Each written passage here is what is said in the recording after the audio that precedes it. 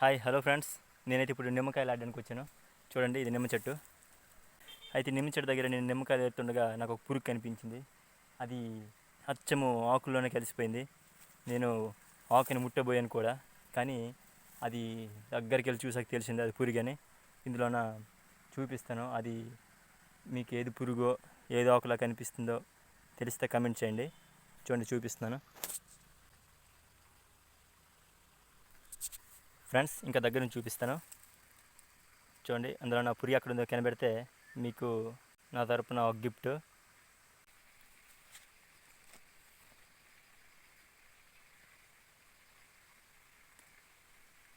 చూడండి ఫ్రెండ్స్, చూస్తున్నారు కదా, ఇది ఏం పురుగో తెలిసినా కూడా కమెంట్ చేయండి.